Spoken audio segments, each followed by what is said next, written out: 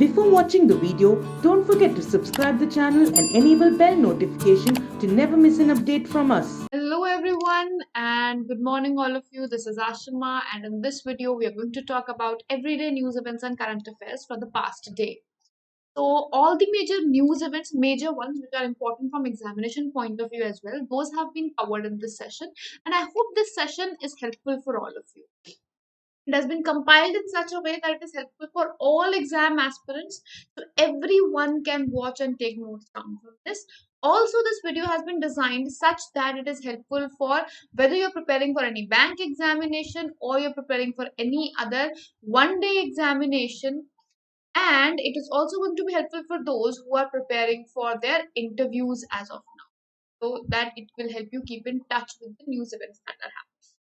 So let's begin. But before that, for all those who are preparing for examinations, especially one-day examinations, for them, we have everyday live quiz at Entri app, which is completely free of cost. And after this video, you should check that out as well. It will help you improve your scores. Now, coming to the discussion of news events, the first is National Policy for Rare Diseases 2021, which has recently been approved by the Union Health Minister, Dr. Harshvardhan. What is the purpose of this health policy? The main aim is to focus on all the indigenous research and local production of medicines. And when you are doing local production of medicines, definitely it is going to bring down the health costs as well. So the purpose is to bring down the health cost and also improve the health conditions, and research should be more promoted. These are the three main reasons why this has been put forth. Now, according to this, there is a categorization of these diseases in three groups, or three groups have been created under this. What are the three groups? There is first group, which is for all the one-time curative treatment, that is all those rare diseases which can be treated via one-time treatment. Second group consists of long-term or lifelong treatment, those diseases for which you have to take medicines on a regular basis all along your life or all during the life. Third is the definitive treatment, that is a definitive course is there, like it's a 12-month treatment or a 14-year treatment. So depending on the disease, it's a fixed time or definitive time is required for treatment. So all the three kinds are all the types of diseases that can be there, treatment can be there. According to that, three groups have been created in this. Now for group 1, a financial support of 20 lakh rupees has been put under the umbrella scheme of Rashtriya Arogya Nidhi. Right. Now what is Rashtriya Arogya Nidhi? This scheme is for providing financial assistance to patients for BPL or below poverty line patients, and those who are suffering from very life-threatening diseases, and also who want to receive a who are receiving medical treatment at any of the government hospital or at a government institution. So for government institution, for BPL families, financial assistance of 20 lakh has been set up under Rashtriya Arogya Nidhi. Also, there are 8 health facilities which can be called a center of excellence, which have been announced, and they have been announced with a financial support of 5 crores, which is a one-time financial support, which will help in upgradation of diagnostic facilities. Now, why has this scheme come up? This scheme has come up because earlier it was Delhi High Court which had asked the central government to set up rare diseases committee, to set up a rare diseases fund, and to notify the national health policy for all the rare diseases as well. And for that, the deadline was given at 31st of March 2021, and this was done by Delhi High Court. And that is why central government had to put in efforts for rare diseases or bringing up rare diseases treatment into picture, right?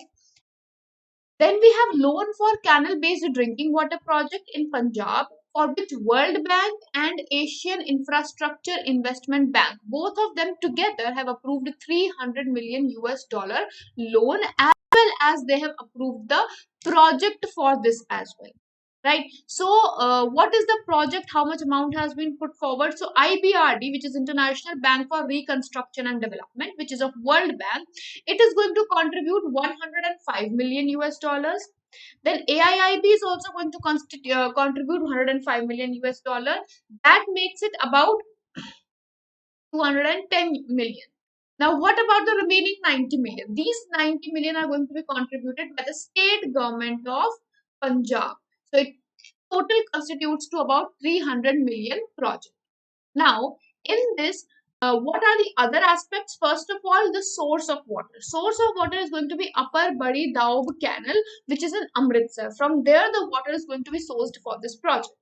Then, water treatment plant is also going to be constructed. Now, this water treatment plant will have a capacity of 440 million liters per day, and this will be constructed at Walla village of Amritsar. So in Amritsar, water treatment plant is going to be developed for 440 million liters per day, and the water source for this whole project is going to be Upper Badi Daub Canal.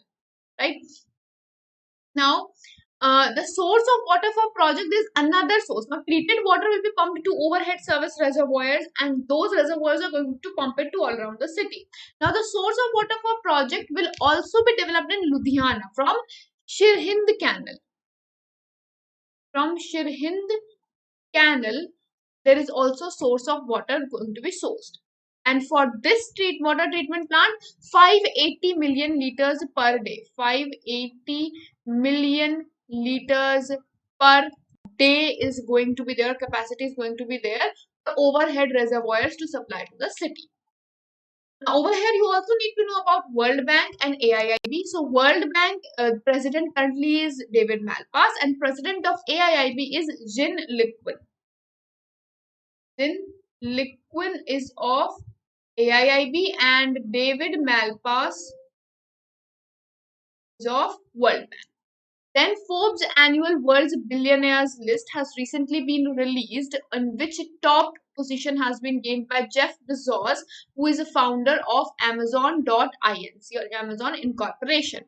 So first of all, top rank holder is important. That is Jeff Bezos, who has now although stepped down from the position of CEO, but still currently he is going to step down in June. But currently he is the CEO, and he, or you can say founder. He has given out the position of CEO. I'm sorry, he has given out the position of CEO, but he is still the founder, and he is currently the top most ranked billionaire with a worth of 177 billion.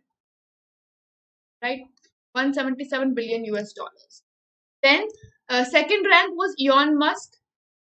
Elon Musk was ranked second with a total worth of 151 billion US dollars. If we talk about India, from India, who is there? From India, Mukesh Ambani ji is at 10th position with a total worth of 84.5 billion US dollars. Right. So in India, top rank position holder is Mukesh Ambani ji. Then this is the 35th list which was created, and in this 35th list, there were 2,755 billionaires, which is a record breaking, because these many billionaires have never been put into the list. Right? How was this list prepared? It was prepared using the stock prices and exchange rate, or you can say the market capitalization, which is there. Then we have E9 countries. Now, consultation meeting of E9 countries is going to be held, and in that, the state education minister, or you can say Minister of Education of State, is going to represent India in this meeting. Right. So here it is important who is going to represent India, the Minister of State. And second of all, what is important is that it will have all the E9 countries. Now, what are these E9 countries? E9 countries are those which have more than half the population of the world, which is into learning or education, and they have one of the premier or the biggest education institutes of the world. And those 9 countries are Bangladesh, Brazil, China, Egypt, India, Indonesia, Mexico, Nigeria, and Pakistan, which comprise of the maximum population on earth. Now, theme for E9 initiative is scaling up digital learning to accelerate progress towards SDG 4 or Sustainable Development Goal 4. So here you can remember one more point, that is education or quality education comes under Sustainable Development Goal 4. Next, a few one-liners. ICICI Bank has partnered with PhonePe to issue FASTags using UPI on app of PhonePe. Now, PhonePe is one of the most used UPI app in India. So, maximum UPI transactions were done using PhonePe as per the recent report released. And the maximum online transactions in the world were carried out in India only. all the maximum digital transactions that took place. Then in 2023, Men's Boxing World Championship is going to be held in Tashkent, Uzbekistan. An announcement has come from IBA, International Boxing Association, recently. Then Cabinet has appointed Tarun Bajaj as the new Revenue Secretary and Ajay Seth as the Economic Affairs Secretary. This appointment has been done recently in the Cabinet, right? Then we have Vishwabhushan Harichandan, who is Governor of Andhra Pradesh. He has been honored with Kalinga Ratna Samman 2021 for his contributions to literature. So, in contributions to literature, this award has been given. And in this award, a silver idol of goddess Saraswati is given.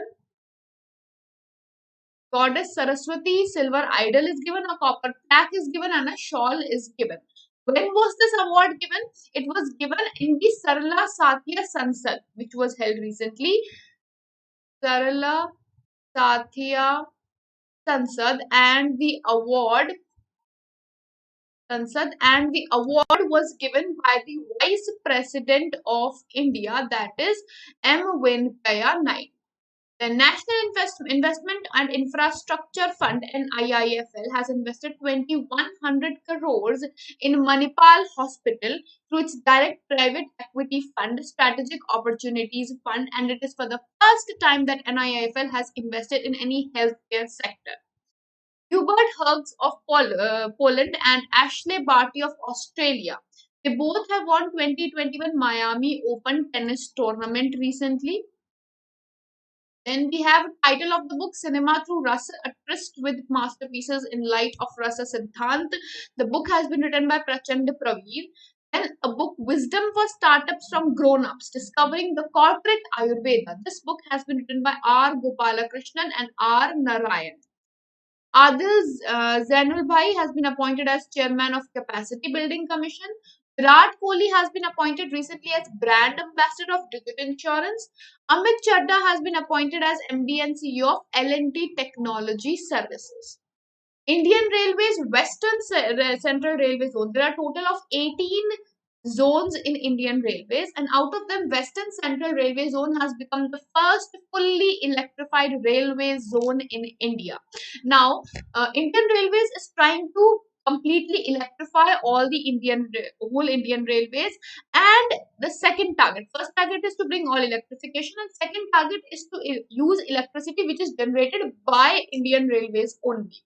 So both these targets are of Indian Railways at different times. So electrification by 2024 and self-electrification or production of all the electricity, or it's a carbon-free electricity production, that is by 2028.